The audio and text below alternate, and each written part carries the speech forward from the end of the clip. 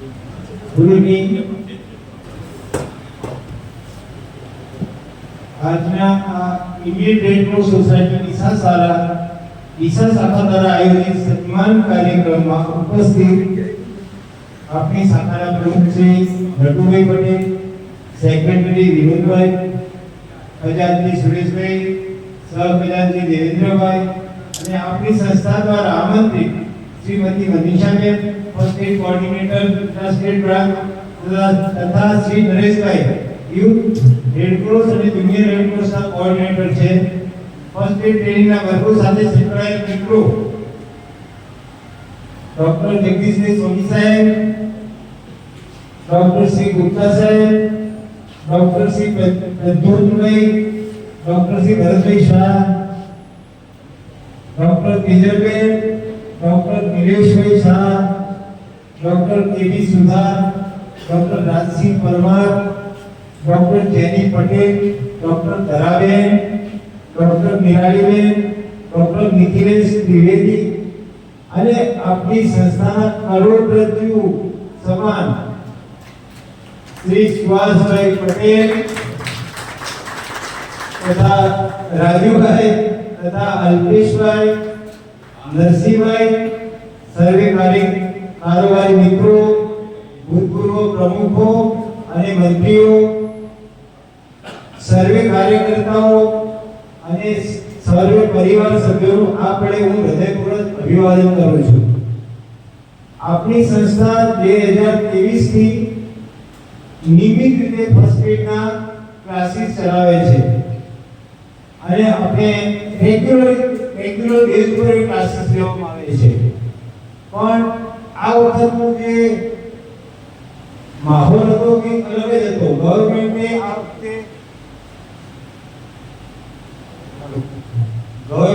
વખતે નોટિફિકેશન બહાર પાડ્યું કે કંડક્ટરોની ભરતી કરવાની છે. તો એ જેવી નોટિફિકેશન બહાર પડ્યું એટલે પબ્લિકની અંદર એટલું બધું ઉત્સાહ હતો કારણ કે એને નોકરીની દરેકને જરૂરિયાત હતી એટલે એકદમ ભાગ ચાલુ થઈ ગઈ. એકદમ ભાગ ચાલુ થઈ અને દરેક પ્રકારની ફોન આવવા લાગ્યા. કોઈની ભલામણો આવવા માંડી. કોઈ એમ જ કહે કે અમને લઈ લો, પેલો કહે છે અમને લઈ લો. જુદા જુદા માણસોની ભલામણો લઈને મારી પાસે આવે, સુરજભાઈ પાસે જાય, બીજા બધા જે બી ડોક્ટરો ઓળખતા હોય કે અમને તમે અંદર આની અંદર ટ્રેનિંગની અંદર અમારો ગમે તેમ કરી સમાવેશ કરી આપો. કારણ કે પાલનપુરમાં એક ઠેકાણે સેન્ટર ચાલતું હતું, ત્યાંથી પછી થરાદ સુધી, ધાનેરા સુધી અને આ બાજુના એરિયા સુધી કોઈ ઠેકાણે આ ટ્રેનિંગ સેન્ટર ચાલતું નહોતું. એટલે ડીસા આપણું રેગ્યુલર ચાલુ હતું. એટલે આપણા ઉપર આ વખતની પરિસ્થિતિ એવી થઈ કે આપણે મેનેજ કરવું બહુ મુસીબત થઈ ગઈ અને મેનેજ કરવા માટે ખૂબ જ મહેનત કરવી પડી. પણ મારું એવું એક અંગત મંતવ્ય એવું છે કે મારું એક પેલી છે કે કોઈ પણ સંસ્થા સેવાભાવી સંસ્થા હોય ને, કોઈ પણ સેવાભાવી સંસ્થા હોય ત્યાં હંમેશા એક ધુરંધર તો હોય જ છે. એક ધુરંધર હોય જ છે અને એ ધુરંધરનું નામ હું નથી લેતો, આપ સર્વે જાણો જ છો. અને એમને જે રીતે જો અમે ડોક્ટર્સ મિત્રોએ તો લેક્ચર લીધા અને અમે જે કેન્ડિડેટ હતા એમને ભણાવ્યા, એમને શીખવાડ્યું, પણ એનું જે મેનેજમેન્ટ હતું એ ખૂબ જ કોમ્પ્લિકેટેડ હતું.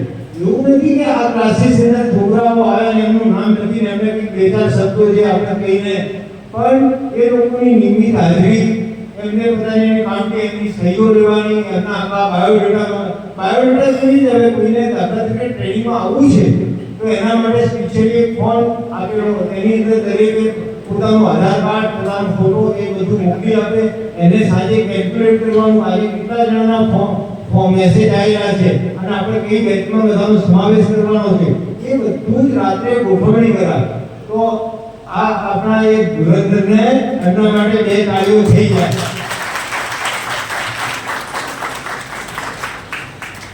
તો આવી બધી પરિસ્થિતિની અંદર પણ આપણે ખૂબ જ સારી રીતે અને આપણને સંતોષ થાય, આપણે સંસ્થાને પણ સંતોષ થાય એવું આપણે કામ કરી શકાય. કોઈ પણ કેન્ડિડેટ જે પણ ટ્રેનિંગ લેવા આવ્યો છે એને કોઈ પણ કેન્ડિડેટને આપણે વિધાઉટ ટ્રેનિંગ કોઈ પણ જાતનો પ્રોસેસ કરેલો નથી. બરોબર, અને દરેકને ફરજિયાત ટ્રેનિંગ માટે બોલાયેલા છે. કદાચ કોઈ આગો પાછો થોડો થઈ ગયો હશે એકાદ દિવસ, એને બીજે દિવસે પણ ટ્રેનિંગ એના બીજા સેશનની અંદર પણ બોલાવીને આપણે એને ટ્રેનિંગ આપેલી છે. એટલે કોઈ પણ કેન્ડિડેટ આપણે ટ્રેનિંગ વગર સર્ટિફિકેટ કે એને કોઈ કારણ કે આ વખતનો માહોલ એવો હતો કે લોકો પૈસાની પણ અમારી સામે આવે કે સાહેબ પૈસા લઈ લો અને અમને સર્ટિફિકેટ કરી આપો, તમે જે માંગો તે પૈસા અમે આપી. આવી રીતની આખી એક કેઓસ થઈ ગયો હતો, પણ એ કેઓસને આપણે આપણા ધુરંધરે એને વ્યવસ્થિત રીતે કરી આપેલું. તો સુહાસભાઈ ખૂબ ખૂબ આભાર આપનો, તમારા પ્રોજેક્ટની અંદર આપણે જે રીતે મહેનત કરી. હવે આપણે 2023 થી આંકડાકીય માહિતી આવી રહી છે કે 2023 થી આજની તારીખ સુધી આપણે કુલ 4150 કેન્ડિડેટને આપણે તાલીમ આપી છે. 2023 ની આજની તારીખ સુધી, અને અત્યારે પણ આપણે આ ગણતરી થઈ પણ અત્યારે આ નામ નોંધણી તો પાછી ચાલુ જ છે. એટલે આપણો આ કાર્યક્રમ સતત ચાલુ જ રહેલો છે. અને આ વર્ષે એપ્રિલ થી આજની તારીખ સુધી આપણે 2242 ટ્રેનિંગ આપેલી છે. અને એ ટ્રેનિંગની અંદર મેં આગળ જે નામ બોલ્યા ડોક્ટર સાહેબોના બધા, એ બધાએ પોતાનો સંપૂર્ણ નિસ્વાર્થ સેવા, પોતાની પ્રેક્ટિસને પણ એ લોકોએ એક બાજુ મૂકી દીધી છે.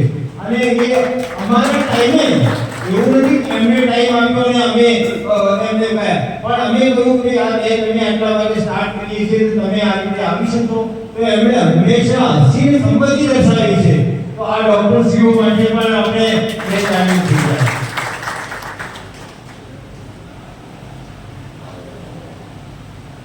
અચ્છા, આ તો થઈ આપણે ફર્સ્ટ એડની ટ્રેનિંગમાં. ફર્સ્ટ એડની ટ્રેનિંગ સાથે અમે બીજા પણ કાર્યો કરીએ છીએ.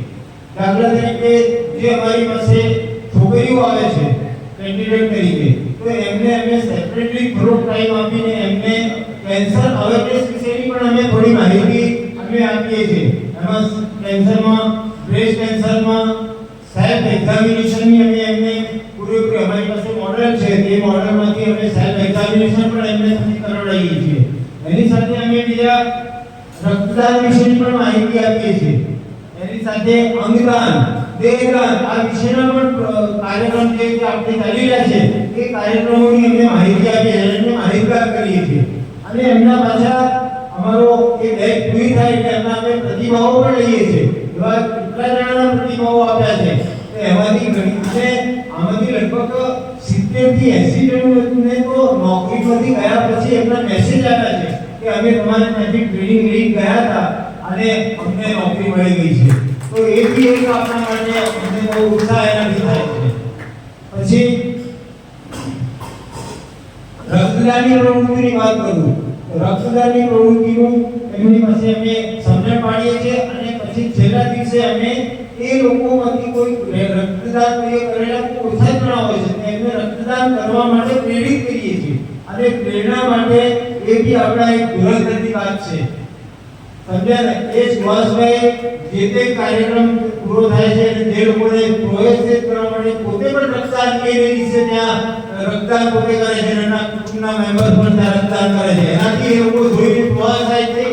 અને હમણાં પરમ દિવસે અમારી લાસ્ટ બેચ હતી એ પૂરી થઈ, એમાંથી લોકો 5 થી 6 જણાએ રક્તદાન કર્યું અને એની સાથે સુહાસભાઈએ પણ રક્તદાન કર્યું. હા, એ ફર્સ્ટ ટાઈમ હતા, પણ સુહાસભાઈ રક્તદાન કર્યા પછી તે પ્રોત્સાહિત થઈને આવેલા. પછી અમે દેહદાનની વાત કરી, એમાં અમે જનરલી દાખલો મૂકતા હોઈએ છીએ, સુહાસભાઈનો પણ અમે દાખલો આપીએ છીએ. એનાથી પણ લોકોને એની એક જાગૃતિ એમના તરફથી કેળવાય છે. તો આ રીતે અમે રક્તદાનની પ્રવૃત્તિઓ, આ બધી પ્રવૃત્તિઓ આની સાથે જ કરીએ છીએ.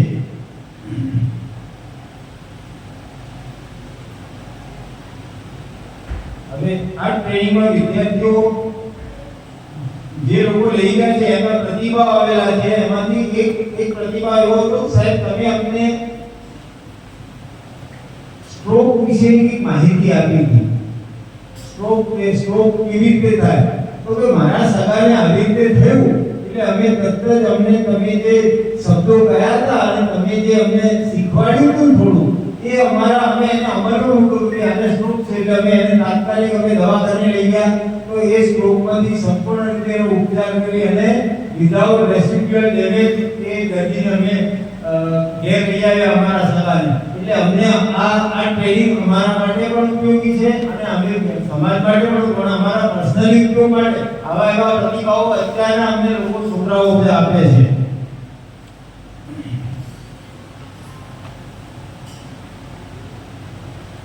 બસ આ અમારી આખી રેડ ક્રોસની જે ટ્રેનિંગ છે, ટ્રેનિંગ અમે આપી છે એના વિશેની માહિતી છે અને આ કાર્યક્રમ અમારો રેગ્યુલરલી ચાલુ રહેશે.